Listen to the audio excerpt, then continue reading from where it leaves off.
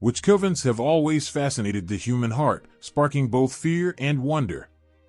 The thought of a group of powerful women, bound together by unseen forces, practicing ancient rites under the cover of darkness, has captured imaginations for centuries.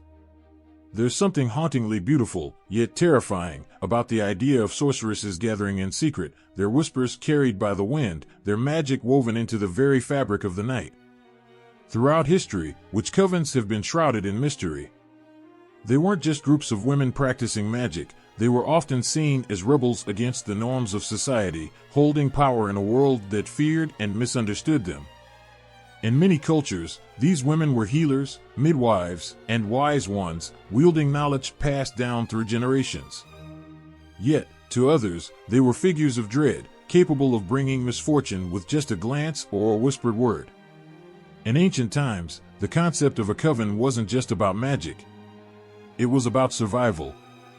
Women came together, drawn by a shared purpose or a shared belief in the unseen.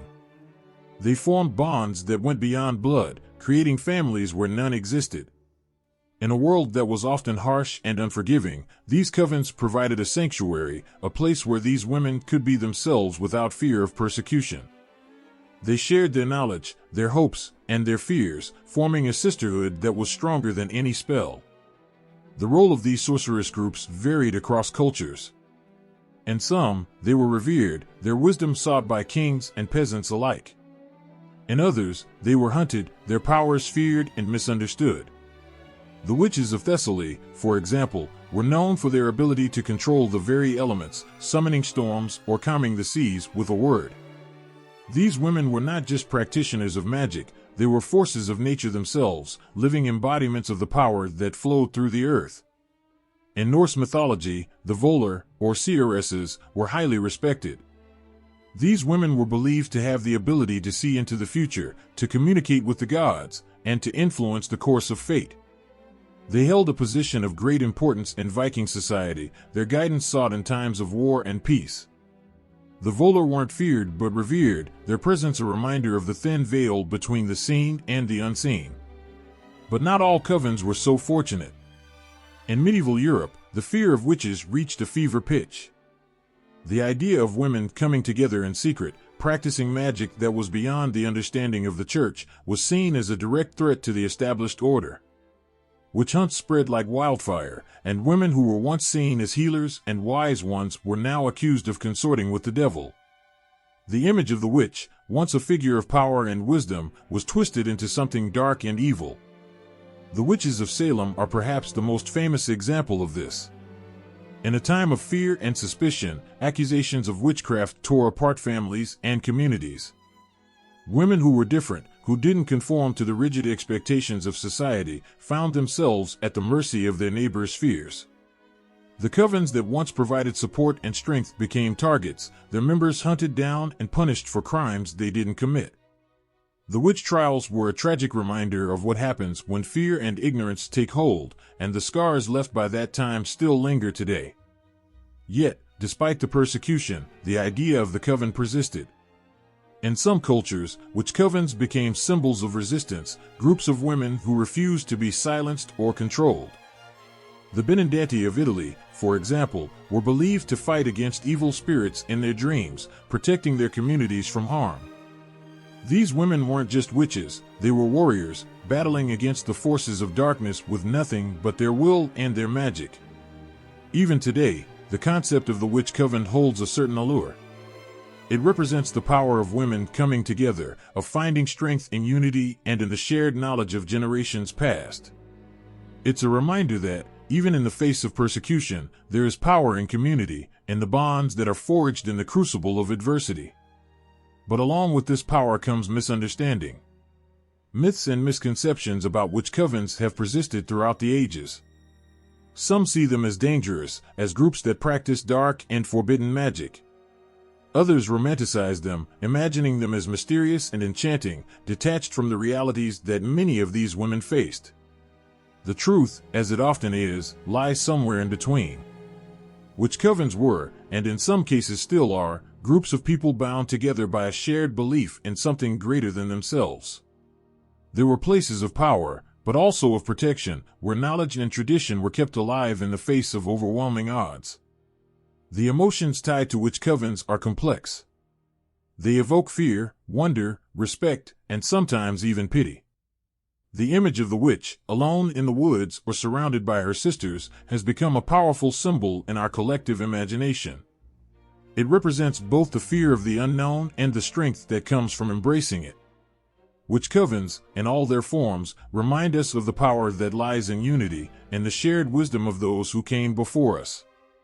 They are a testament to the resilience of those who, even in the face of persecution and fear, found a way to hold onto their power, to their sense of self.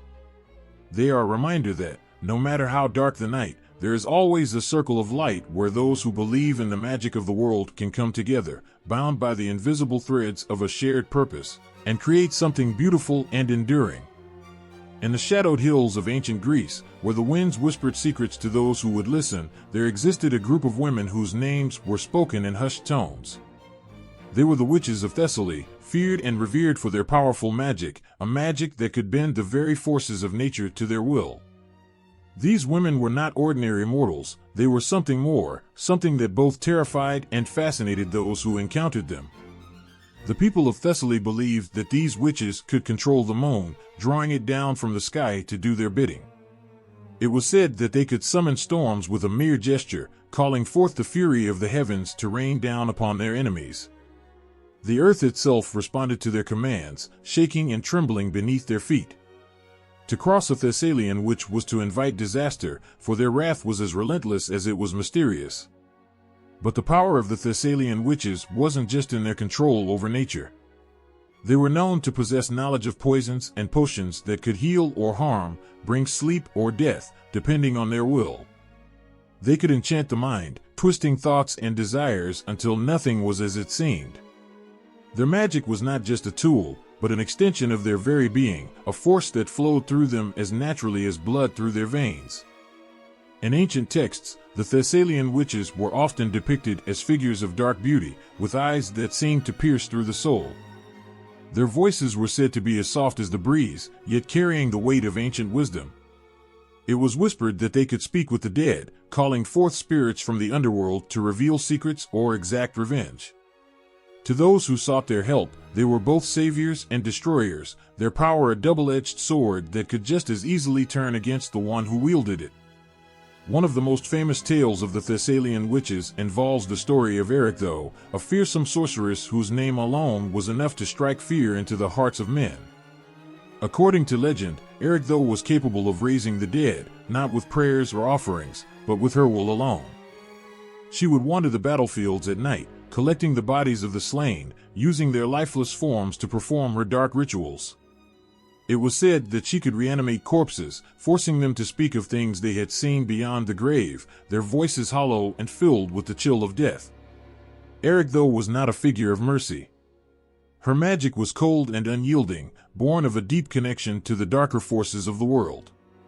Yet, even in her fearsome power, there was something tragic, something that spoke of a deep loneliness. For all her might, Erictho was an outcast, feared and shunned by those who could not understand her. She lived on the fringes of society, a shadow in the night, her only companions the spirits of the dead and the echoes of forgotten rituals. The influence of the Thessalian witches didn't end with their own time. Their legacy seeped into the very fabric of witchcraft traditions that followed, their methods and symbols passed down through the ages. The idea of witches having control over the natural world, of their ability to influence the elements, can be traced back to these ancient sorceresses. Their knowledge of potions and spells became the foundation upon which later magical practices were built. Even the moon, so often associated with witchcraft, carries the mark of the Thessalian witches. The belief that witches could control its phases, drawing down its light or hiding it from the sky, is a direct reflection of the power once attributed to these women. The moon became a symbol of their magic, its pale light a reminder of the mysteries they held. But for all their power, the Thessalian witches were not invincible. They lived in a world that feared what it could not control, and that fear often turned to violence. Witch hunts and persecutions followed them through the centuries, as people sought to destroy what they could not understand. Yet, even in the face of such terror, the legend of the Thessalian witches endured. Their stories were whispered around fires, told in secret, passed down from one generation to the next. The magic of the Thessalian witches was more than just spells and incantations. It was a reflection of the human soul's longing for control in a chaotic world, a desire to connect with the forces that lay beyond the visible. These witches were not just figures of fear, they were symbols of the power that lies within, a power that, when harnessed, could change the very fabric of reality. To speak of the Thessalian witches is to speak of a time when magic was as real as the earth beneath one's feet, when the line between the natural and the supernatural was thin, almost non-existent. It's a reminder of a world where the unseen was just as important as the seen, where the whispers of the wind could carry the weight of ancient spells, and where the night was alive with the possibility of magic. Their legacy lives on, not just in the stories that have been told, but in the very essence of witchcraft itself. The witches of Thessaly remain a testament to the enduring power of belief, a power that transcends time and space, connecting the past with the present in ways that are both mysterious and profound. Their magic, like the moon they were said to command, continues to cast its light across the ages, a beacon for all who seek to understand the true nature of power and the mysteries that lie beyond the veil of the ordinary world. Under the cloak of night, when the world was draped in darkness, there existed a circle of women whose devotion went beyond the realm of ordinary faith. They were the worshippers of Hecate, the goddess of witchcraft, a deity who ruled over the night, the crossroads, and the very boundaries between life and death. These women were known as the Hecatean Circle, a coven bound not just by blood or kinship, but by their shared reverence for a goddess who was both feared and revered. To speak of Hecate was to invoke the essence of the unknown, the mysterious, and the powerful. She was the goddess who walked the paths that others feared to tread, the guardian of the thresholds between worlds. Her worshippers, too, were women who embraced the shadows, who found power in the places where light dared not reach. They were not just followers, they were embodiments of Hecate's will, conduits through which her power flowed. The rituals of the Hecatean Circle were shrouded in secrecy, known only to those who were part of this sacred order.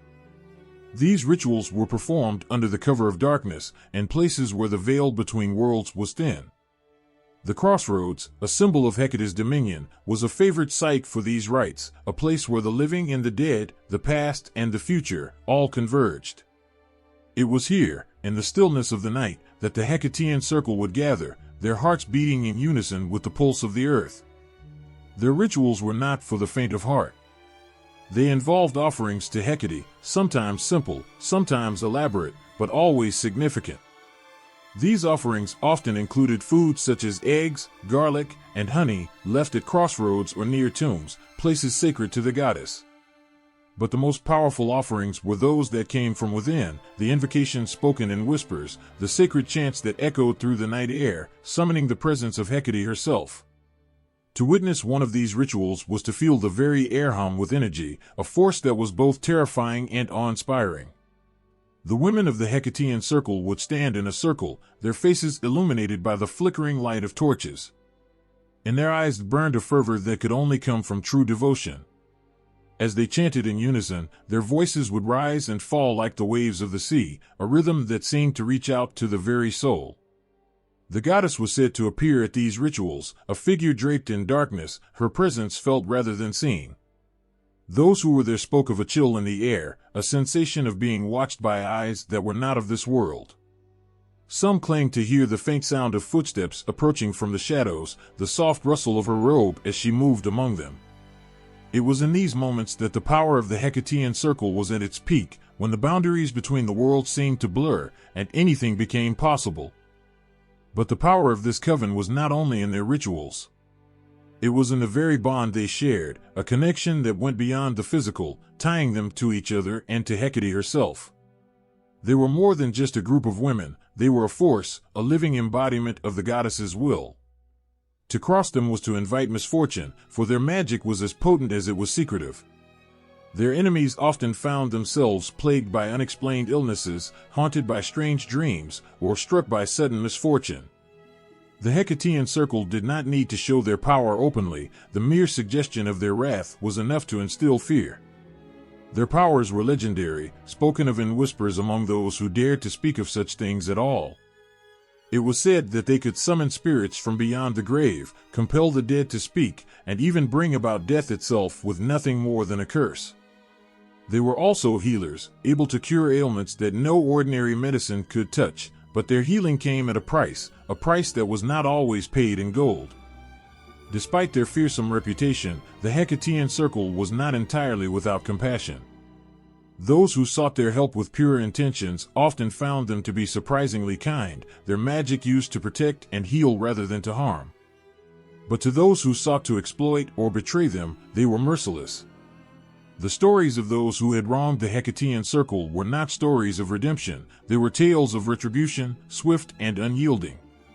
The Hecatean Circle was bound by their loyalty to Hecate, a loyalty that was unwavering and absolute.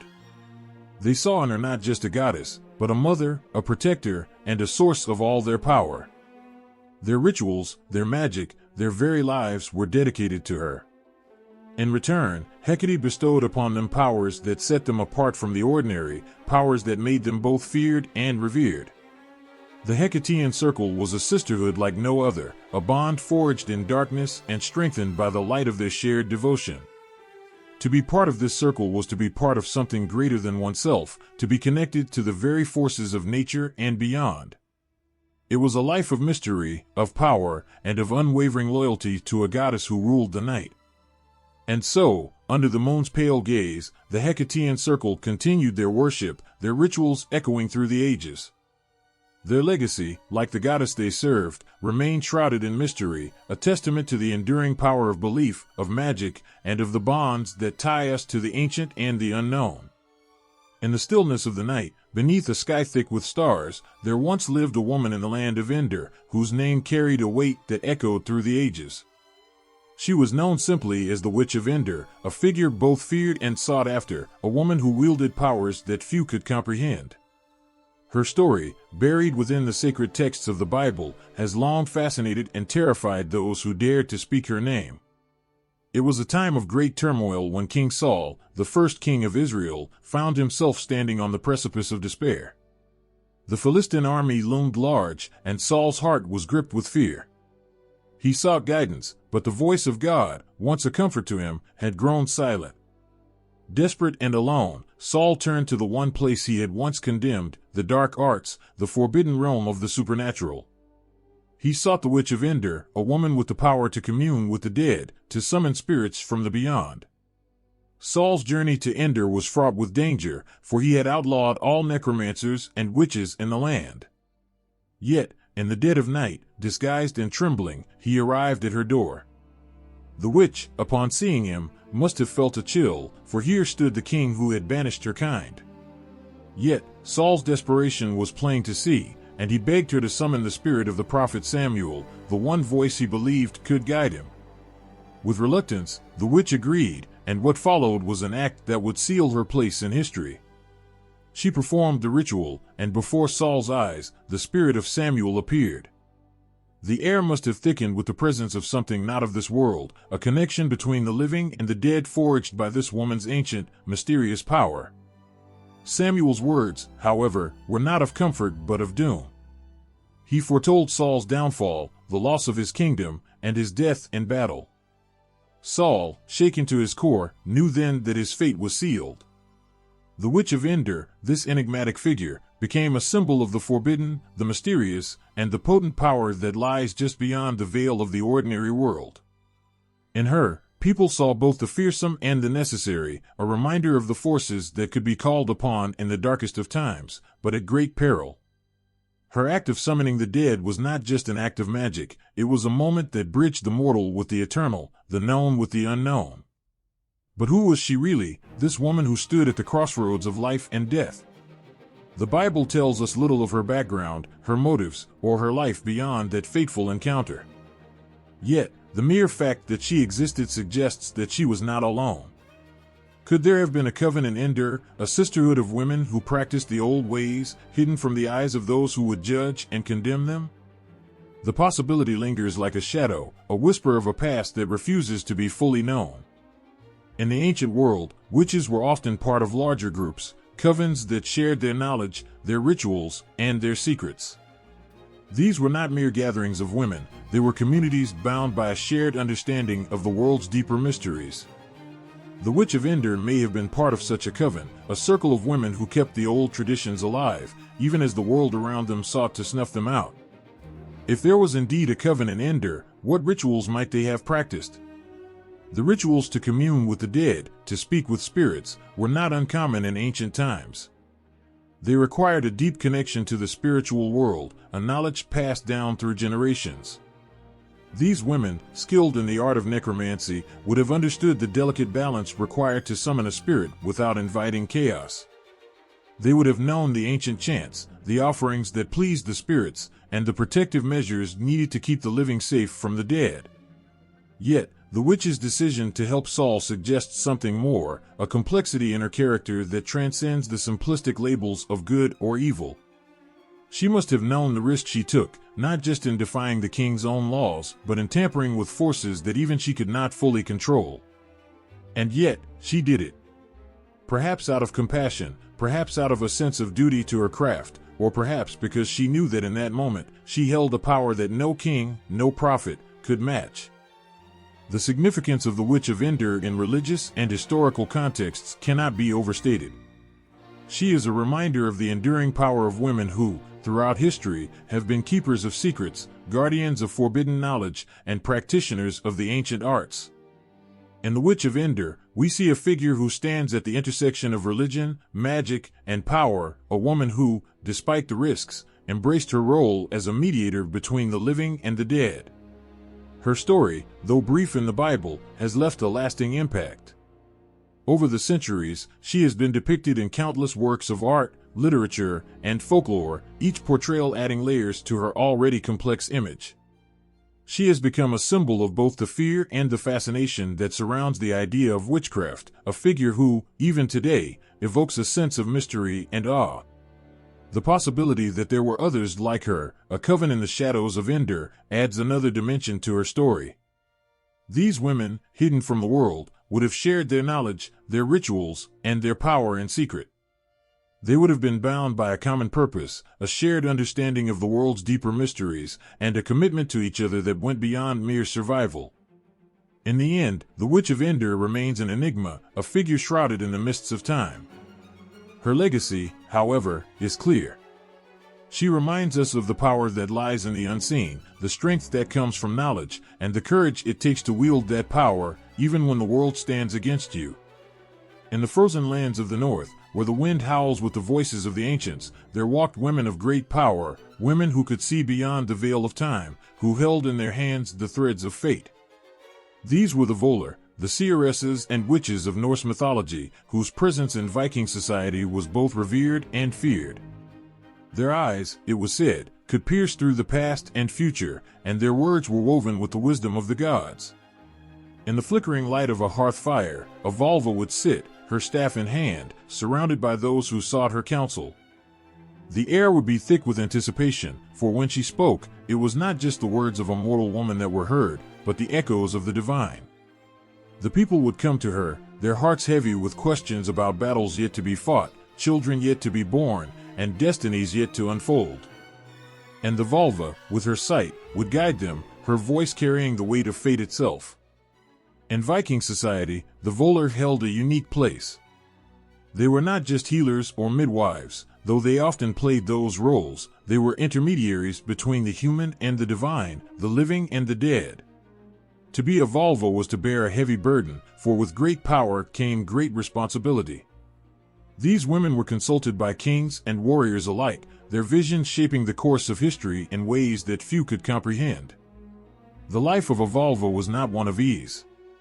They were wanderers, moving from place to place, often alone, relying on the hospitality of those who revered them.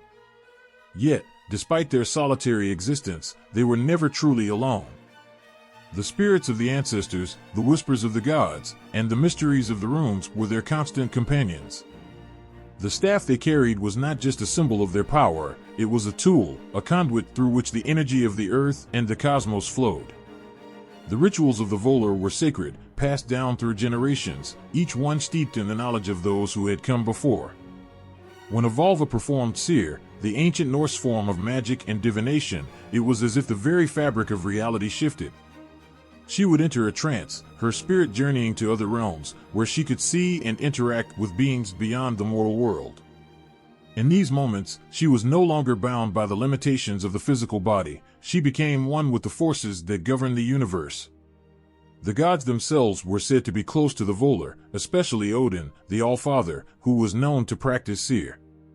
Odin's connection to these women was profound, for he, too, sought knowledge and power beyond the ordinary. The Volur were, in a sense, his earthly counterparts, wielding the same kind of magic that he did, though in their own, unique way. It is said that the wisdom of the Volur could even sway the decisions of the gods, such was the depth of their insight. But the power of the Volur came at a cost. To see the future, to know the fates of those who sought their counsel, was a heavy burden. They carried the weight of their knowledge with them, knowing that the truths they spoke could bring both joy and sorrow, hope and despair.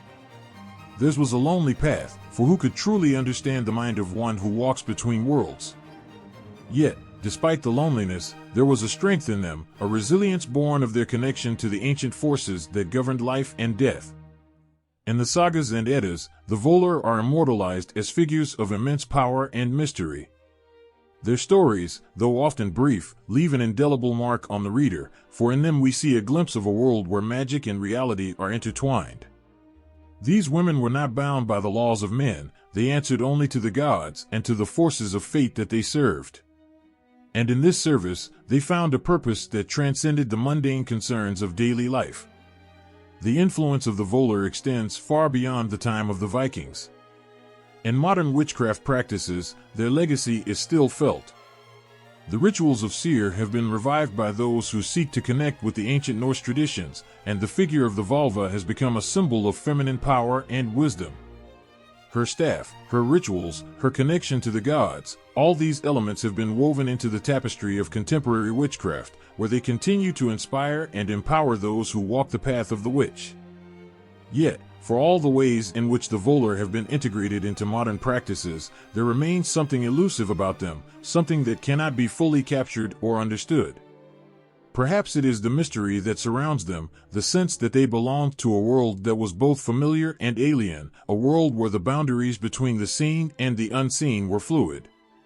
Or perhaps it is the realization that, like the Volur themselves, we are all, in some way, seekers of truth, wanderers in search of answers to the questions that haunt us.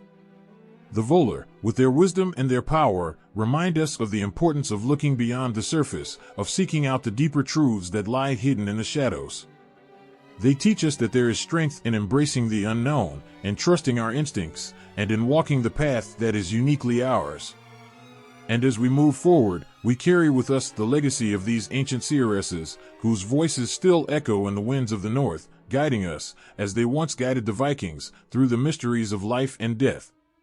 In the rugged, windswept highlands of ancient Celtic lands, there was a figure both feared and revered, a being as old as the mountains themselves, whose presence was felt in every storm, every chill wind, and every barren landscape. She was the Kaleach, the ancient witch and weather deity, whose power could shape the very world around her. To the people who lived beneath her gaze, she was not just a sorceress, she was the embodiment of nature's fiercest forces, a guardian of the earth's cycles, and a reminder of the relentless passage of time. The Kaleach was no ordinary witch. She was said to be as old as time, her skin as rough as the craggy rocks she called home, her hair as white as the snow that blanketed the peaks in winter. Her eyes, they said, could pierce through the thickest fog, seeing not just the present, but the ebb and flow of the seasons, the turning of the earth itself. In her hands, she held the power to bring forth winter's fury or to call back the warmth of spring. The people whispered her name in both fear and respect, for they knew that to anger the Kaleach was to invite disaster. The myths surrounding the Kaleach are as wild and untamed as the lands she ruled. Some spoke of her as a giantess, striding across the mountains, her staff in hand, turning the ground to stone with each touch.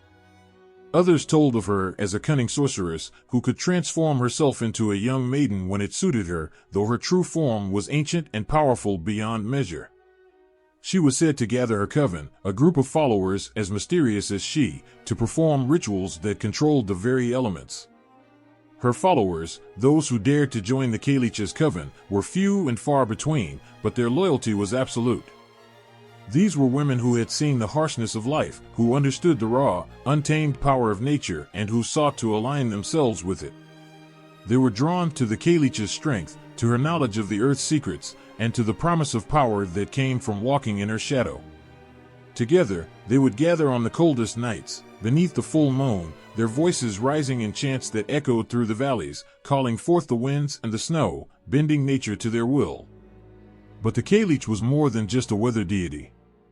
She was the guardian of the cycles of nature, the keeper of the balance between life and death, growth and decay. It was said that she controlled the seasons, that she brought the winter to its peak and then, with a touch of her staff, retreated to allow spring to blossom. The turning of the year was a dance she orchestrated, a cycle she maintained with a fierce determination. To the people, the Kalich's influence was evident in every frost-covered field, every sudden storm, every thaw that signaled the end of winter's grip.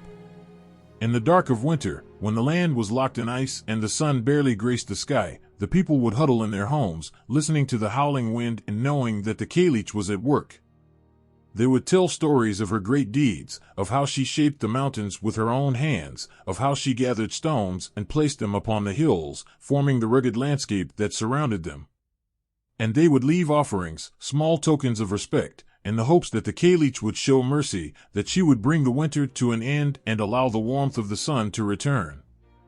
But the Kalich's nature was not one of mercy. She was as fierce and unyielding as the winter itself. She demanded respect, not through kindness, but through the sheer force of her presence. Yet, there was also a deep wisdom in her, a knowledge that came from centuries of watching the world turn. She understood the necessity of the cycles, the importance of death to bring forth new life, the need for winter to cleanse the earth and prepare it for the renewal of spring. Her actions were not born of malice, but of a profound connection to the natural world, a duty to maintain the balance that sustained all life. As the years passed and the world changed, the Kalich's influence remained. Even as the old ways faded and new religions took hold, the people could not entirely forget her. Her name continued to be whispered, her stories told in hushed tones around the fire. And in the deepest, coldest nights of winter, when the wind howled and the snow fell thick and fast, the people would remember the Kalich and know that she was still watching, still guiding the cycles of the earth as she had done since time immemorial. The connection between the Kalich and the cycles of nature is one of profound significance. She was not just a force of destruction, but also one of creation, her influence felt in every aspect of the natural world. She was the winter that cleared the way for spring, the cold that preserved life until the warmth returned. In her, the people saw the embodiment of the earth's rhythms, a living reminder of the power and mystery of the world they lived in. To follow the Kalich was to embrace the wildness of nature, to accept the harshness of life, and to find strength in the cycles that governed all things.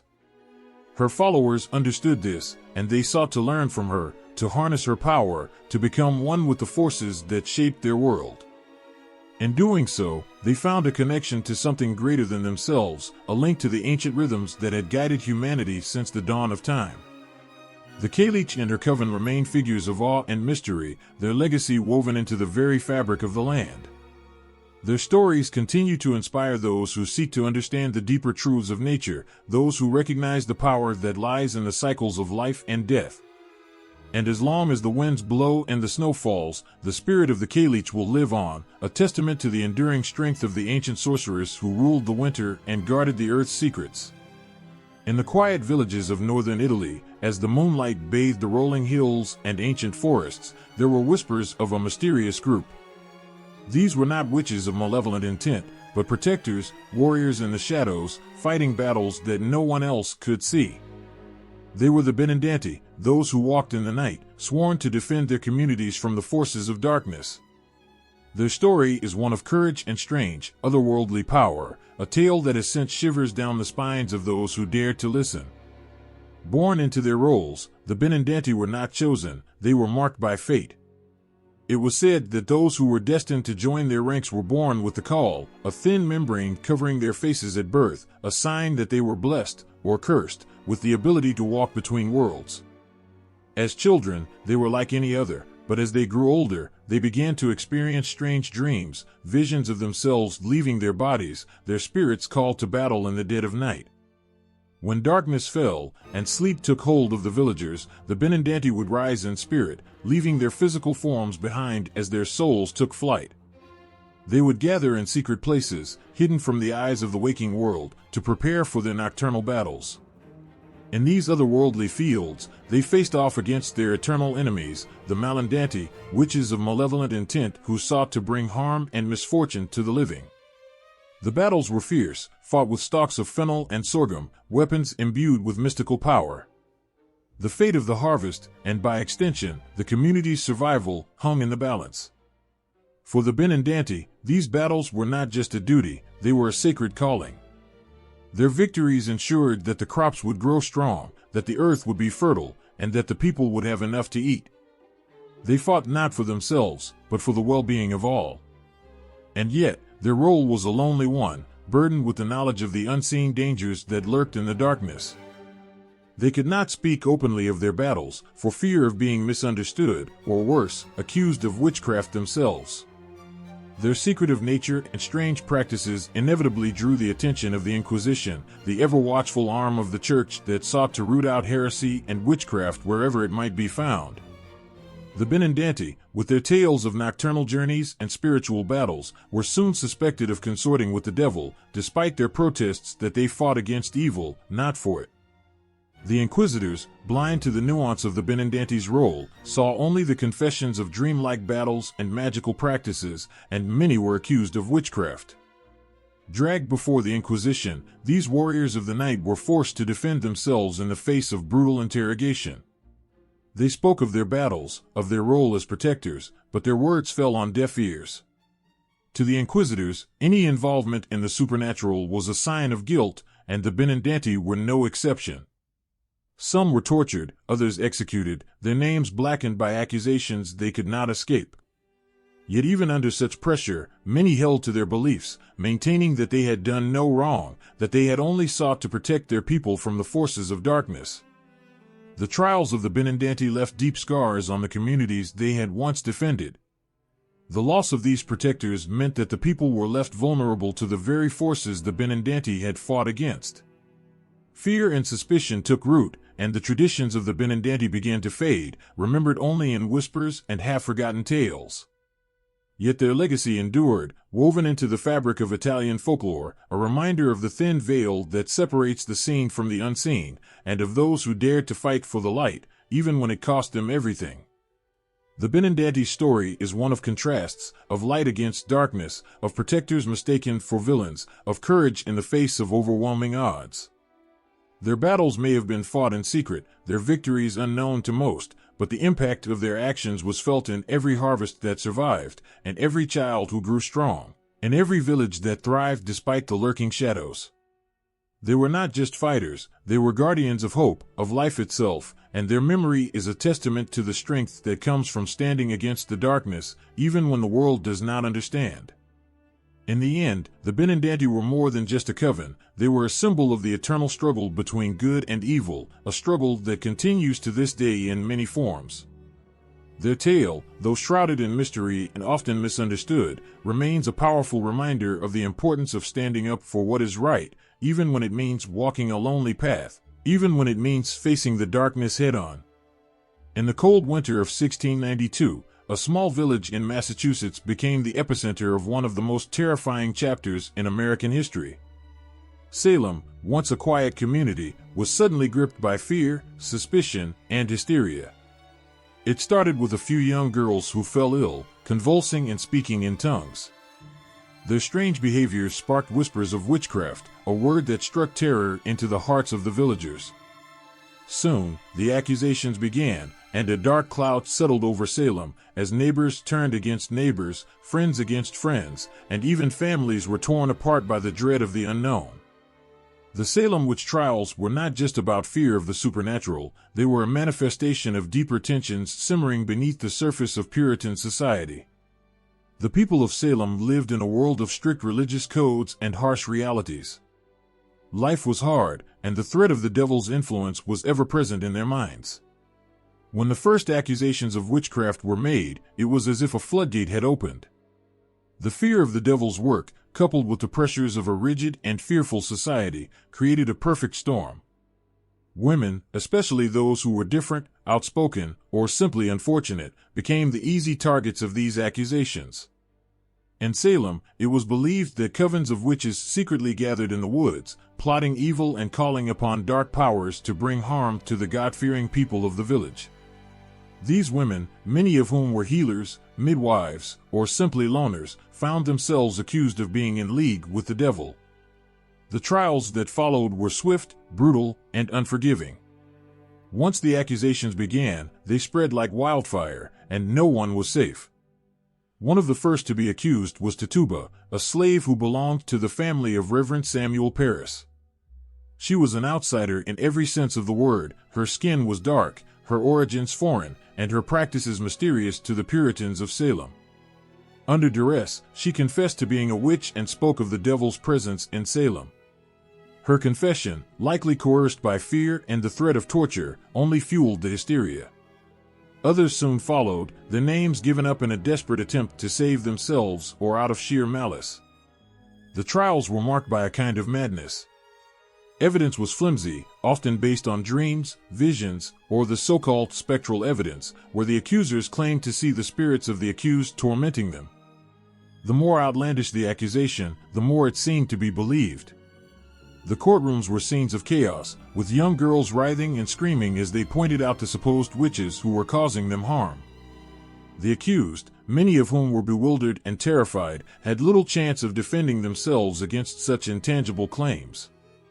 In the span of a few short months, the witch hunts claimed the lives of 19 people, most of them women, who were hanged on Gallows Hill. One man, Giles Corey, was pressed to death with heavy stones for refusing to plead. The hysteria also led to the imprisonment of more than 100 others, who languished in jail under horrendous conditions. The fear of witchcraft turned the once peaceful village into a place of horror, where suspicion and paranoia reigned.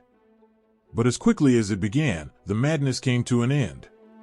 The governor of Massachusetts, shocked by the increasing number of accusations and the absurdity of the trials, finally intervened. He ordered an end to the use of spectral evidence and eventually disbanded the special court that had been set up to handle the witch trials. The execution stopped, but the damage had been done. Salem was left with a legacy of grief, guilt, and a haunting reminder of the dangers of mass hysteria and the perils of scapegoating. The legacy of the Salem witches did not end with the trials. Over time, the women and men who were accused, condemned, and executed became symbols of the dangers of injustice and the consequences of fear-driven persecution. The Salem witch trials have since been immortalized in countless books, plays, and films, often focusing on the innocent lives lost and the hysteria that drove a community to such extremes. The myth of the Salem witches has grown beyond the historical facts, becoming a part of American folklore and a cautionary tale that continues to resonate. The Salem witches are often remembered as victims of a cruel and unforgiving time, but their story also serves as a reminder of the strength and resilience of the human spirit. Even in the face of unimaginable fear, there were those who stood by their convictions, who refused to confess to lies even when it meant certain death. Their courage and the tragic loss of their lives have left an indelible mark on history, one that echoes with the warning against the dangers of allowing fear to override reason and humanity. In the shadowy corners of history, where fear and superstition entwined, there was whispered talk of a ritual so terrifying that its mere mention sent shivers down the spine: the Black Massachusetts. This dark, forbidden rite was said to be the work of a coven shrouded in mystery, a group that many believed had forsaken all that was holy in favor of the infernal. The Sabbath of the Black Mass was not just a gathering of witches, it was a congregation of souls who had given themselves over to the darkest forces, blurring the line between the mortal and the demonic. The Black Mass was a mockery of the sacred, a ritual that inverted everything that was pure and good.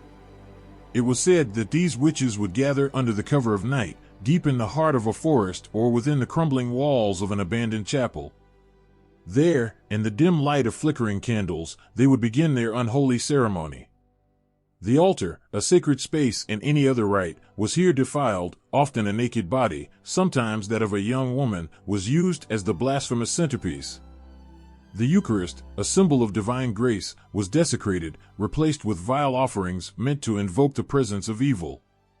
The legends speak of how the coven would chant in ancient, forbidden tongues, their voices rising and falling in a hypnotic cadence that seemed to summon shadows from the very ground. The air would grow heavy, thick with the stench of sulfur and decay, as if the gates of hell had cracked open to let loose its horrors. The participants, entranced by the dark power they invoked, would abandon all inhibitions, engaging in acts that were as depraved as they were sacrilegious. It was believed that this orgiastic frenzy was not just an expression of rebellion against the divine, but a way to bind themselves to the demonic forces they sought to control. Historical accounts of the Black Mass are scattered, often muddled by the fear and paranoia that surrounded witchcraft during the Middle Ages. Inquisitors and demonologists, intent on rooting out heresy and sin, often detailed these rituals in their writings, though it is unclear how much of what they recorded was based on truth and how much was the product of their own fevered imaginations. The Sabbath of the Black Mass became synonymous with the ultimate betrayal of faith, a pact with the devil himself. Some stories tell of how these witches, once ordinary women driven to desperation by poverty, illness, or grief, were lured into the coven with promises of power and freedom. Others speak of those who sought revenge, casting aside their fear of damnation in exchange for the ability to strike back at those who had wronged them. The coven offered them what society had denied, a sense of control, a way to wield power in a world that had rendered them powerless. But this power came at a terrible cost, one that could not be undone. The connection between this coven and demonology is deeply rooted in the belief that the Black Mass was a ritual designed to summon and commune with demons. The witches who participated in these rites were said to have formed pacts with infernal beings, offering their souls in exchange for dark knowledge and supernatural abilities. These pacts were often sealed with blood, a binding contract that could never be broken. The demons, it was believed, granted the witches the power to curse, to blight crops, to summon storms, and to spread disease, acts that terrified the villagers who lived in constant fear of these malevolent forces. The Sabbath of the Black Mass became a symbol of ultimate evil, a group so depraved that they had forsaken their humanity in pursuit of power. Stories spread of how these witches would kidnap infants for their rituals, sacrificing the innocent to appease their dark masters. These tales, though likely exaggerated or even fabricated, only served to fuel the hysteria that surrounded witchcraft. The idea that such a group existed, that there were those who would willingly consort with demons and embrace evil, struck terror into the hearts of the people and justified the brutal witch hunts that followed. But beneath the horror and the myths, there lies a more tragic story, a story of women and men who, in their darkest hours, found themselves pushed to the fringes of society. Whether they truly engaged in these dark rites or were merely victims of fear and superstition, the witches of the Sabbath of the Black Mass represent a chapter of history where fear, ignorance, and the human capacity for cruelty converged. They remind us of the dangers of scapegoating, of how easily society can be driven to commit atrocities in the name of righteousness. The legacy of the Black Mass lives on, not just in the pages of history, but in the echoes of that ancient fear that still lingers. It serves as a reminder of the thin line between belief and madness, between the sacred and the profane. And though the Sabbath of the Black Mass may be long gone, the stories of their deeds continue to haunt the dark corners of our collective memory, where the fear of the unknown still holds a powerful sway over the human soul. In the quiet, mist-covered hills of Pendle, England, a chilling tale of sorcery and superstition unfolded that would become etched into the annals of witchcraft history. It was the year 1612, and the region was about to be gripped by one of the most notorious witch trials ever recorded. The Pendle witches, as they came to be known, were not merely accused of malevolent magic, they were entangled in a web of fear and social unrest that would seal their fate in a tragedy that still haunts the landscape today. The story begins with a community steeped in suspicion and hardship, where every whisper and shadow could be a sign of dark dealings. In this setting, the Pendle witch trials emerged from a storm of accusations and a deep-seated fear of witchcraft. The accused witches were a group of 12 individuals, mainly from two extended families, the Demdikes and the Chattixes, whose lives were forever altered by the shadow of suspicion. Their names were Alice Nutter and Whittle, Elizabeth Device, and others who would become infamous in the annals of witchcraft history. These were not glamorous sorceresses with extravagant robes and mysterious charms. They were ordinary people from a struggling part of England, eking out a meager existence. The accusations against them were fueled by more than just envy or superstition. The trials were a product of a society in turmoil, where poverty, disease, and political strife made everyone a potential scapegoat.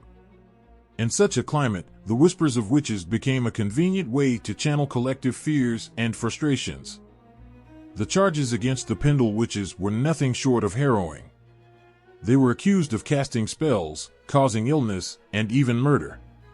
The most damning claim was that they had made pacts with the devil himself, a horrific accusation that guaranteed their condemnation.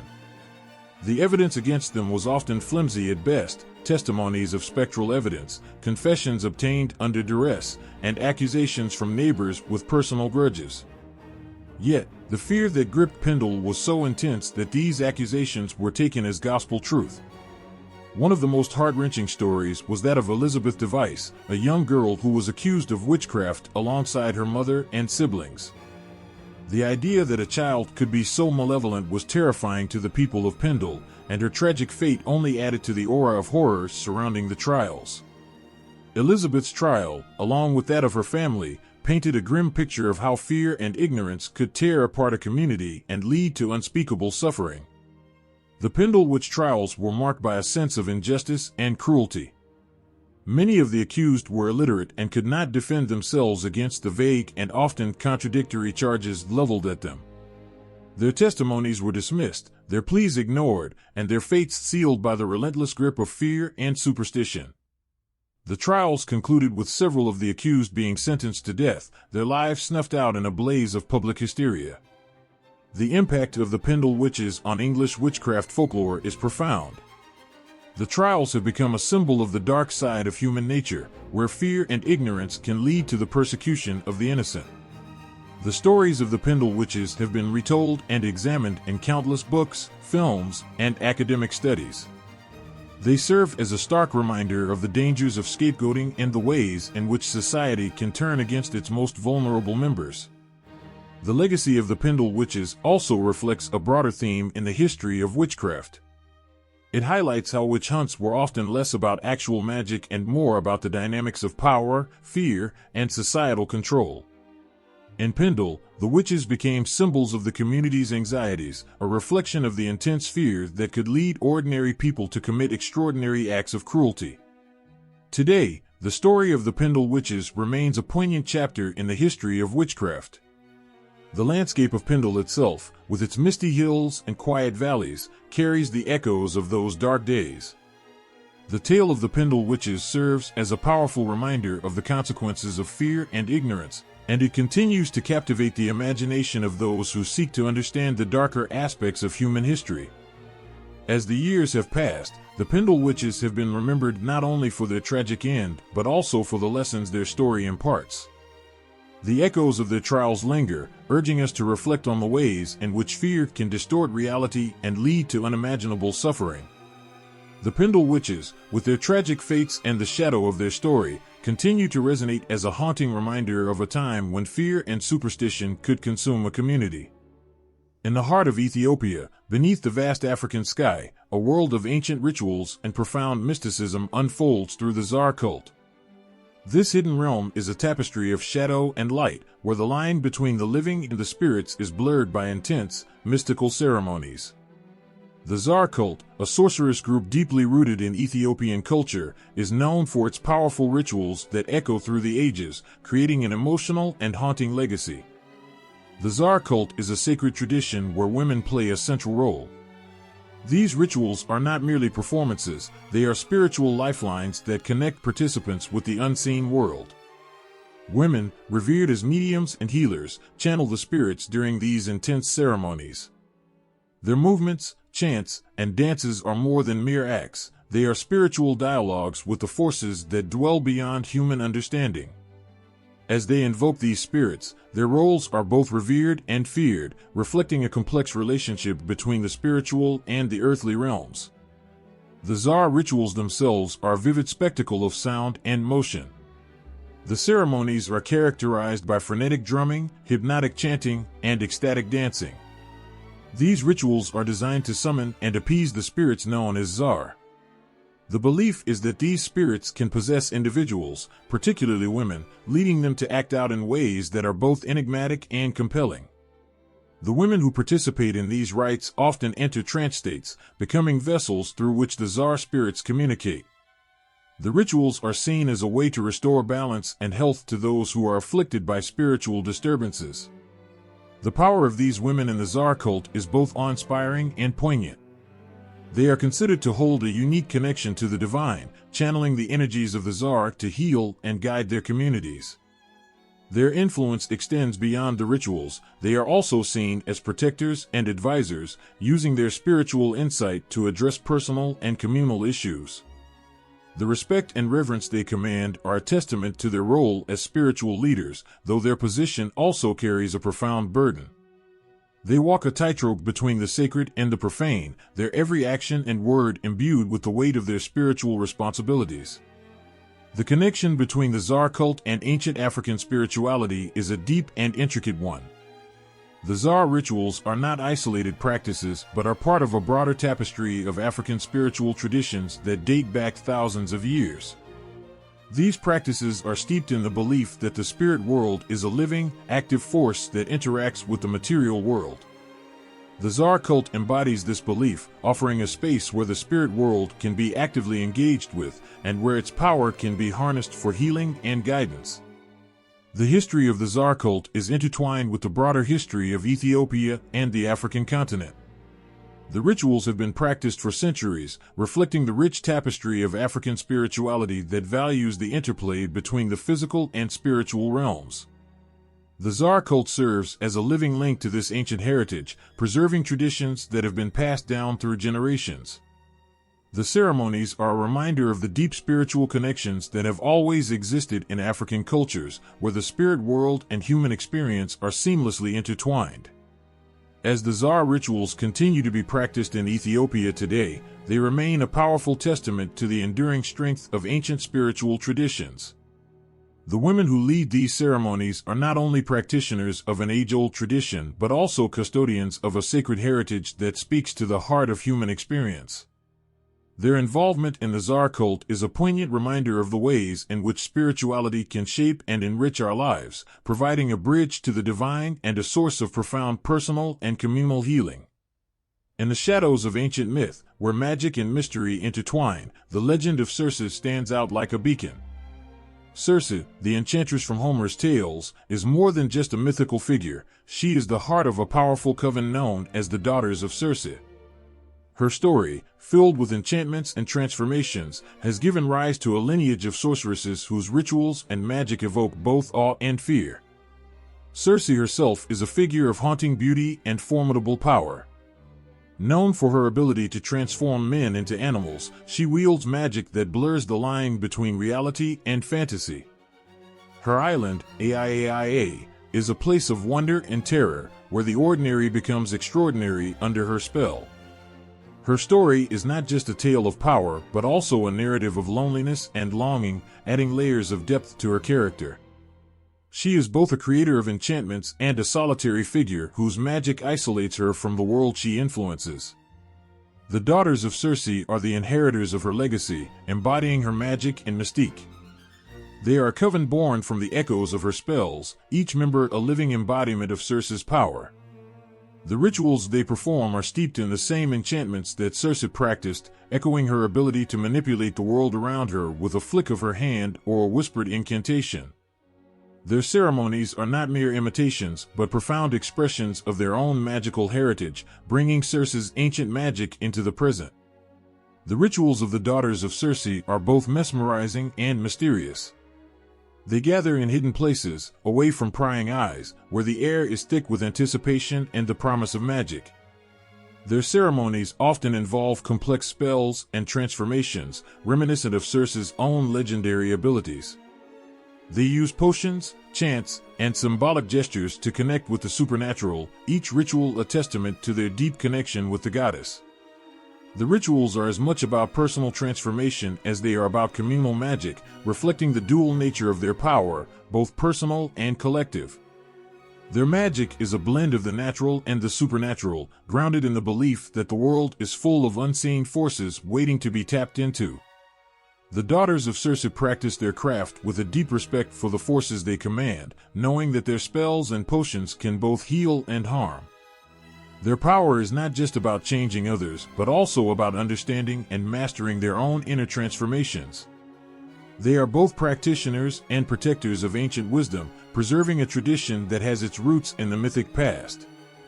The influence of Circe on witchcraft extends far beyond her own time. Her story has inspired countless interpretations and practices, shaping the way people think about magic and transformation. The daughters of Circe, as her spiritual heirs, carry forward this influence, blending ancient traditions with contemporary practices. Their existence is a living testament to the enduring power of myth and the way it can shape and inspire real-world practices. As the daughters of Circe continue their practices today, they keep alive a tradition that bridges the gap between myth and reality. Their rituals and magic are a profound connection to the past, a way of honoring and embodying the legacy of Circe. Through their work, they remind us that the stories of the past are not just tales to be told, but living forces that continue to shape and inspire the present. Their magic, rooted in the legend of Circe, is a powerful testament to the ways in which myth and reality can intertwine, creating a legacy that endures through the ages. In the misty, remote regions of northern Japan, where the ancient forests whisper with secrets, the Ainu people have long held to a magical tradition that seems to breathe life into the very air they walk through. Their witch covens, deeply rooted in shamanistic practices, are an extraordinary testament to a way of life that binds humans to the natural world in a way that feels both sacred and profound. The Ainu are a people whose connection to the world around them is woven into every facet of their lives. Their witch covens, or kamui practitioners, are not just sorceresses, they are intermediaries between the visible world and the unseen forces that shape their lives. These practitioners are deeply respected figures within Ainu society, often revered for their ability to bridge the gap between the human and spiritual realms. Their rituals are not merely performances of magic, but vital acts of communication with the spirits that inhabit the natural world. Central to the Ainu witch covens is their reverence for nature. Every stone, tree, and river is seen as a living entity with its own spirit and significance. The rituals performed by the Ainu witches are infused with this belief, incorporating offerings and prayers to honor the spirits of nature. They might gather in sacred groves or by ancient trees, places where the boundary between the human and spirit worlds is said to be thinnest. These ceremonies are marked by rhythmic chants, intricate dances, and the gentle burning of sacred herbs, creating an atmosphere that feels almost magical in its purity. Healing is a central practice of the Ainu witches. Their magic is not just about calling on spirits or performing rituals, it is about restoring balance and harmony to their community. They use a range of natural elements, herbs, roots, and the sacred energy of the land, to treat physical and spiritual ailments. Their methods are passed down through generations, a living tradition that reflects their profound understanding of both the human body and the natural world. This deep knowledge is combined with a respectful acknowledgement of the spirits that dwell in the landscape, ensuring that their healing practices are as spiritually aligned as they are physically effective. The preservation of Ainu witchcraft traditions is both a challenge and a triumph. As the world around them changes, these practices have had to adapt, but they have also held firm to their core beliefs. The Ainu witches continue to honor their traditions even in the face of modern pressures and influences. They strive to keep their rituals alive, passing them on to new generations and finding ways to integrate their ancient practices into contemporary life. This resilience is a testament to their deep connection to their heritage and their unwavering respect for the natural world that has always been at the heart of their magic. The transformation of Ainu witchcraft traditions reflects a broader journey of survival and adaptation.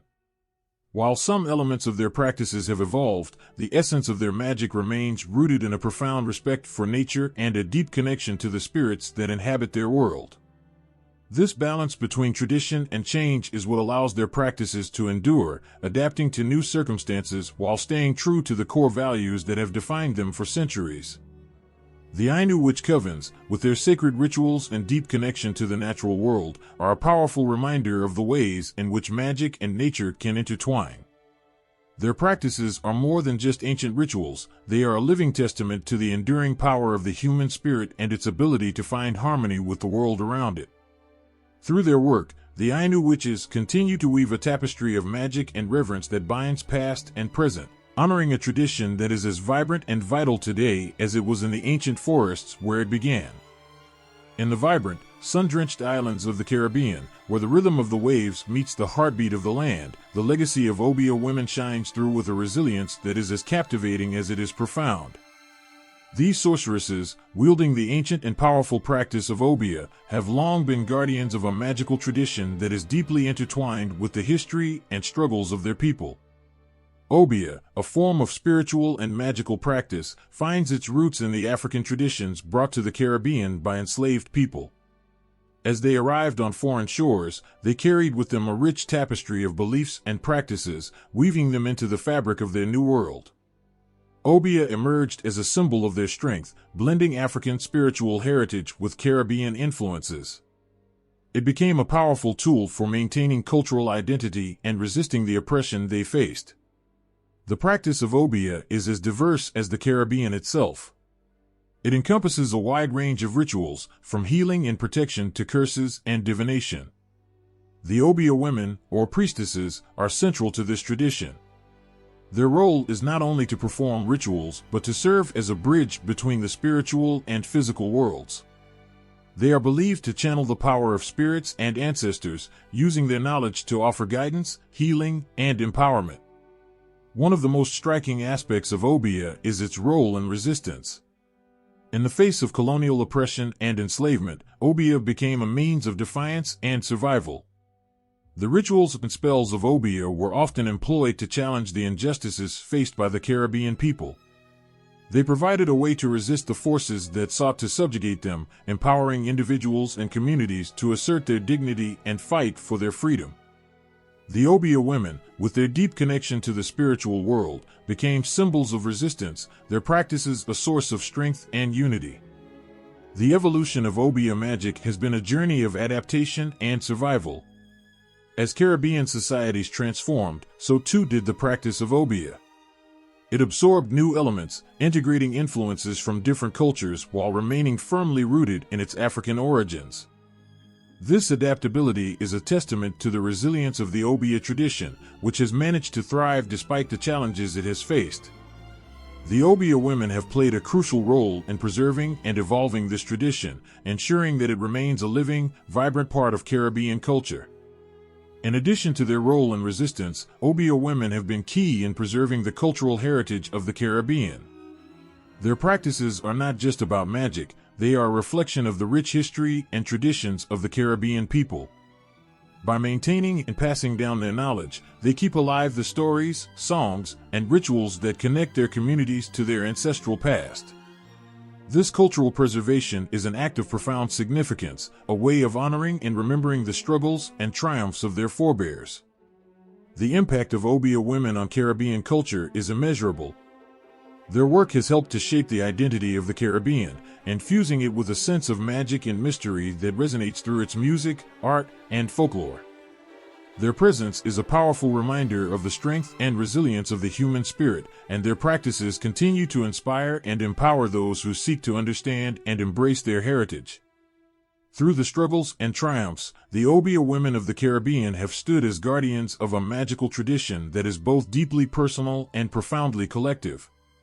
Their practices, rooted in a rich history of resistance and cultural preservation, continue to illuminate the paths of those who seek to connect with their heritage and find strength in the face of adversity. In the dance of the waves and the pulse of the land, the legacy of Obia lives on, a testament to the enduring power and beauty of the human spirit. In the heart of New Orleans, where the air is thick with the scent of magnolias and the hum of jazz, there exists a world woven with the threads of magic and mystery. The voodoo queens of this vibrant city stand as powerful figures in this enchanting tapestry. Their presence is both haunting and awe-inspiring, a testament to the enduring strength of traditions that blend African, Native American, and European influences. At the center of this mystical realm stands Marie Laveau, a name that echoes through the streets of New Orleans like a whispered incantation. Known as the Queen of Voodoo, Marie Laveau was more than a figure of local legend. She was a living embodiment of the mystical forces that shaped her city. Her life was a dance of shadow and light, a blend of power and grace that captivated those around her. As a voodoo priestess, she was revered for her deep spiritual insight and her ability to influence the unseen forces that govern the world. Marie Laveau's influence stretched far beyond the realm of personal power. Her coven, a gathering of devoted followers and fellow practitioners, was a circle of strength and unity. Together, they performed rituals that bridged the gap between the human and the divine. These ceremonies were more than mere acts of magic, they were sacred acts of resistance and empowerment. In a city that had seen its share of hardship and struggle, the voodoo queens and their covens provided a beacon of hope and a sense of belonging for many. The voodoo practice in New Orleans is a rich mosaic of African spiritual traditions, Native American beliefs, and European occult practices. This blend of influences created a unique form of witchcraft that is deeply rooted in the city's cultural history. Voodoo is not a monolithic tradition but a vibrant, evolving practice that reflects the diverse backgrounds of its practitioners. The blending of these traditions gave rise to a distinctive form of magic that is both powerful and deeply personal. The rituals performed by the voodoo queens were a reflection of this eclectic heritage. They drew upon African deities and spirits, invoked the wisdom of Native American lore, and incorporated elements of European folk magic. This fusion created a powerful system of belief and practice that resonated with those who sought to connect with the spiritual world. The voodoo ceremonies were more than just magical acts, they were a way to navigate the complexities of life, offering guidance, protection, and healing to those in need. Marie Laveau, with her captivating presence and profound wisdom, became a symbol of this magical tradition. Her life was a testament to the power of voodoo and the strength of its practitioners. Her ability to navigate the spiritual realms and influence the world around her made her a figure of great reverence and awe. Her legacy lives on through the stories and legends that continue to circulate in New Orleans, a reminder of the enduring power of her magic and the deep connection she had with the spiritual forces that shaped her life. The voodoo queens and their covens played a crucial role in the cultural and spiritual life of New Orleans. Their practices offered a sense of community and belonging, providing a sacred space where people could connect with their heritage and seek guidance from the spiritual realm. The rituals and ceremonies conducted by these powerful women were not just acts of magic but expressions of cultural resilience and strength. In a city where the past and present intertwine, the legacy of the voodoo queens remains a powerful testament to the enduring strength of tradition and the profound connection between the human and the divine. Their stories are a celebration of the magical and mystical, a reminder of the rich cultural tapestry that makes New Orleans a place of wonder and enchantment. Through their rituals, their presence, and their influence, the voodoo queens continue to captivate and inspire, their legacy living on in the heart of the city they loved so deeply. In the shadow of the great pyramids of Tenochtitlan, where the sun blazed fiercely over the Valley of Mexico, there existed a circle of power and mystique unlike any other in the ancient world. The witch coven of Montezuma, revered and feared, served the mighty Aztec emperor with a blend of awe-inspiring magic and deep-rooted spirituality. Their stories, shrouded in both legend and historical account, weave a tapestry of mysticism and tragic loss. These witches were not mere figures of folklore but influential players in the tapestry of Aztec society. They were believed to possess incredible powers, wielding magic that intertwined with the very essence of the natural and spiritual world. Their rituals were elaborate, their incantations potent, and their ability to connect with the divine revered by all who knew of their work. These powerful women were entrusted with the emperor's secrets, their magic a key to both his protection and his realm's stability. In the grand court of Montezuma, the witches performed ceremonies that reached beyond the visible world. They were believed to commune with gods and spirits, drawing upon ancient knowledge to influence the fate of their people. Their ceremonies were filled with sacred symbols and rites, designed to invoke the favor of the gods or to ward off impending disaster. They held a place of great respect, their magic seen as a crucial part of the emperor's strategy to maintain his power and ensure the prosperity of his empire. The arrival of Spanish conquerors marked a turning point in the history of these powerful witches. As the Spanish armies marched into the heart of the Aztec Empire, they brought with them not just steel and gunpowder, but also a wave of religious fervor and cultural upheaval. The witch covens, once the guardians of Aztec spirituality and power, found themselves caught in the crossfire of a profound transformation. Spanish colonizers, driven by a desire to impose their own beliefs and erase indigenous practices, viewed the Aztec witches with suspicion and hostility. The rich traditions of the covens were seen as dark and dangerous, their rituals branded as heretical. The clash of cultures led to the suppression of these ancient practices, and many of the coven's members faced persecution. Their sacred rites, once celebrated, were now driven underground, and their knowledge and power faced the threat of being lost forever. The impact of Spanish colonization was devastating. The once vibrant traditions of the Aztec witches were forced into the shadows, their magic pushed aside by the overwhelming force of a new, foreign religion. The intricate rituals, the powerful incantations, and the deep spiritual connections that had once been a cornerstone of Aztec life began to fade away, buried under the weight of colonial rule. Yet, even in the face of such overwhelming change, the legacy of the witch coven of Montezuma endures. Their stories are remembered as a testament to the power and resilience of a culture that refused to be entirely erased. The remnants of their magic, though transformed and hidden, still whisper through the traditions and folklore of the region. The spirit of the witches lives on in the echoes of their once great empire, a poignant reminder of a time when their power and influence shaped the destiny of an entire civilization. On a mist-shrouded night, where the trees whisper secrets and the wind carries eerie tales, the Brocken Mountain in Germany stands as a place of dark enchantment. It is here, on this foreboding peak, that legends of witchcraft have long taken root, weaving a narrative of fear and fascination.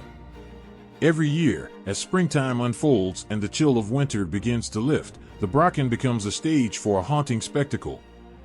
Walpurgis Night, celebrated on the eve of May Day, transforms the mountain into a grand assembly for witches. This night, filled with eerie lights and ghostly shadows, is said to bring together covens of witches who gather for their most important rituals. The air crackles with a sense of foreboding magic as old as the mountain itself. The witches who assemble on the Brocken are not merely figments of folklore. They are portrayed as beings of immense power, steeped in the ancient traditions of witchcraft. According to legend, the mountain's dark forests and rocky crags provide the perfect setting for their gatherings. These witches, drawn from tales as old as time, are believed to practice powerful and arcane rituals that defy the natural order. They are said to conjure storms, summon spirits, and dance around blazing fires, their chants mingling with the howling wind. Walpurgis Night, or Walpurgisnacht, is a night of revelry and dread. As the witches' Sabbath unfolds, the Brocken slopes become a twisted carnival of chaos. Fires are lit, casting flickering shadows that dance in rhythm with the witches' incantations. The night sky, often illuminated by lightning and the glowing embers of burning wood, seems to come alive with the forces unleashed by these dark gatherings. It is a celebration of the old ways, a night when the boundaries between the natural and the supernatural blur. The Brocken Mountain's significance in European witchcraft folklore extends beyond the revelries of Walpurgis Night. The mountain's spectral reputation is rooted in ancient beliefs and legends. Its height, often enveloped in thick, swirling mists, gives it an otherworldly appearance. The mountain is thought to be a gateway between realms, where the veil separating the living from the dead becomes dangerously thin. This spectral quality enhances its reputation as a place where witches and other supernatural beings are said to gather, their presence felt in every whisper of the wind and every rustle of the leaves. For centuries, the Brocken has captivated the imagination of those who hear its tales. The idea of witches assembling in such a dramatic setting stirs something primal and profound. The mountain's rugged beauty and its association with dark magic evoke a sense of awe and trepidation. The stories of witches meeting there, surrounded by the raw power of nature, touch on themes of forbidden knowledge and hidden power. The legacy of the witches of the Brocken is a poignant reminder of the enduring allure of witchcraft and the supernatural. It speaks to a time when the line between reality and myth was not as clear, and where the natural world was seen as a place of both wonder and terror. Even as the Brocken's legends evolve, they continue to capture the imagination, echoing the deep-seated fears and fascinations that have always accompanied the darker aspects of human experience. In the heart of Germany's Black Forest, where the trees stand tall and the shadows grow long, whispers of ancient magic and dark rituals linger in the air. This forest, dense and mysterious, has long been the backdrop for tales of witches whose powers and secrets seem to seep from the very soil. The Black Forest, with its tangled undergrowth and looming pines, is a place where daylight struggles to pierce through. It's a landscape rich with legends, where every rustle of the leaves and every snap of a twig seems to echo with the footsteps of unseen beings. Here, the stories of witches, both feared and revered, come alive. The witches of the Black Forest are not mere figments of folklore, they are portrayed as powerful and enigmatic figures whose practices intertwine with the very essence of the forest. The myths surrounding these witches are as dark and twisting as the forest paths themselves. Tales of their rituals are woven into the fabric of local lore. It is said that on moonlit nights, these witches would gather in hidden clearings, their voices rising in chants that mixed with the wind. They would dance around fires, their shadows flickering and merging with the trees, as they performed ceremonies meant to harness the forest's ancient magic. The rituals, steeped in the mystery of the forest, were believed to control the elements, heal the sick, and even curse those who crossed them. Stories tell of witches who could command the forest to their will, summoning spirits and controlling animals. The dense foliage and misty air of the Black Forest seemed to amplify their powers, making them seem almost otherworldly. The forest's natural beauty, with its deep, dark corners, created an atmosphere ripe for the supernatural. To those who lived on its edges, the Black Forest was a place where reality and myth blurred, and where the very air seemed charged with magical energy. The historical accounts of the Black Forest witches add another layer to their mystique. During times of social upheaval and fear, these witches were often scapegoated, their practices misunderstood and demonized. The forest, with its secrets and shadows, became a symbol of their supposed malevolence. Trials and accusations against them reflect a society grappling with fears of the unknown, projecting its anxieties onto those who lived in close communion with the forest's mysteries. Yet, the Black Forest's influence on modern witchcraft imagery is profound and enduring. Its deep, dark woods and the legend of the witches have left an indelible mark on how we visualize witchcraft today. The imagery of witches gathering in shadowy clearings, performing rites beneath the ancient trees, has become iconic. The Black Forest, with its haunting beauty, continues to inspire tales and representations of witchcraft that evoke both fear and fascination. As the forest's legends are passed down through generations, they continue to shape our understanding of witchcraft. The Black Forest stands as a testament to the powerful connection between nature and the supernatural. It is a place where the ancient and the modern, the real and the mythical, intertwine in a dance of shadows and whispers. The witches of the Black Forest remain a symbol of the unknown, their rituals and mysteries forever etched into the heart of this enchanting and enigmatic landscape. In the shadows of history, where whispers of ancient magic drift through the air, the Romani sorceresses stand as a haunting testament to both power and persecution. For centuries, these women, part of the Romani culture, have been entwined with tales of mysticism and resilience, their lives shaped by both the magic they practiced and the harshness they endured.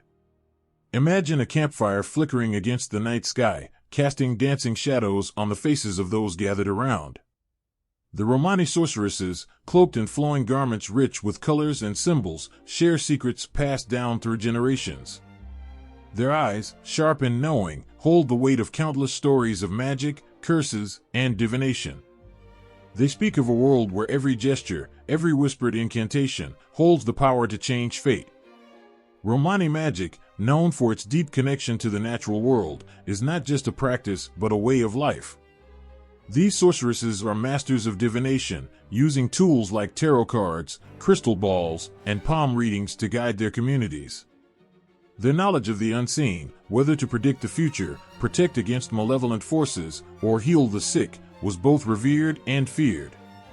Curses, too, were part of their arsenal, a tool for addressing wrongs and balancing the scales of justice in a world often unkind to those who lived on the margins.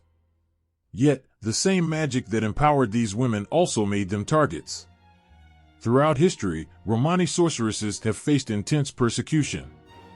The very gifts that drew people to them, their ability to see beyond the ordinary, their knowledge of charms and curses, were often twisted into accusations of witchcraft. In the eyes of those who feared or envied them, their magic became a mark of darkness, leading to unjust trials and brutal punishments. Despite the relentless oppression, the Romani sorceresses demonstrated remarkable resilience. They adapted their practices, preserving their traditions under the weight of adversity. The persecution they faced did not extinguish their spirit, but instead fueled their determination to survive and continue their magical practices. Their rituals, once hidden in the shadows, found new ways to persist, adapting to the changing tides of history while remaining deeply rooted in their ancient heritage. In the face of hardship, the Romani sorceresses embody a profound strength. Their story is one of survival and defiance, of a people who refuse to let their magical traditions be erased by the forces of intolerance. They continue to inspire awe, their legacy a powerful reminder of the resilience of those who hold to their truths against overwhelming odds. Their magic, once cloaked in secrecy and fear, now stands as a testament to their enduring spirit. The Romani sorceresses, with their deep connection to the mystical and the natural world, remind us of the power that lies in resilience and the undying strength of their traditions. Their story is a poignant reminder of the richness of human experience and the enduring legacy of those who keep the flame of ancient wisdom burning in the darkest of times. In the dim light of a flickering candle, the whispers of old witch covens echo through the ages, their legacy shimmering in the tapestry of modern witchcraft. These ancient groups, once shrouded in mystery and fear, have not faded into obscurity but have woven their influence into the fabric of contemporary spirituality and popular culture. Visualize a modern coven gathered under the full moon, their rituals echoing with the chants of centuries past. They stand in a circle, holding hands, the air charged with the energy of ancient rites. The flickering flames of their candles cast shadows that dance with the ghosts of their ancestors, and their chants are a bridge to a distant past. This image is not just a reenactment but a living testament to the survival and adaptation of witch covens from ages gone by. Ancient witch covens, with their intricate rituals and deep connection to the natural world, have found a new home in modern practices. From the solitary witch to the coven of a dozen, today's practitioners embrace the traditions handed down through generations. The spells, the rites, the symbols, each has been adapted, reshaped, and reinterpreted to fit the spiritual landscape of the 21st century. The essence of these ancient practices, however, remains unchanged. They offer a link to something primal, a connection to the rhythms of nature and the mysteries of the universe. These historical covens, once persecuted and driven underground, have influenced the modern witchcraft movement profoundly. The rituals that were once secret and forbidden now thrive in the open, celebrated in various forms across the globe.